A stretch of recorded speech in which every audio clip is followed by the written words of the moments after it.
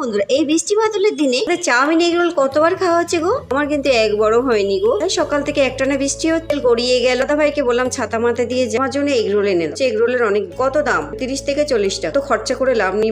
ময়দা এনে দাও, ডিম এনে দাও, তুমি কাঁচা পেঁয়াজ লঙ্কা একটু তেলে এনে দাদা, তেল দিয়ে ময়দা মেখে নেবে। খুব ছোট পরিবার, অল্পই করবো। ছোট বলাটা ভুল, তোমরাও তো আছো। তোমরা যখন আসবে অনেক করবে। ময়দা মাখা হয়ে গেলো, লেচিগুলো বেলে লুচি বেললে রুটি হয়ে যাচ্ছে।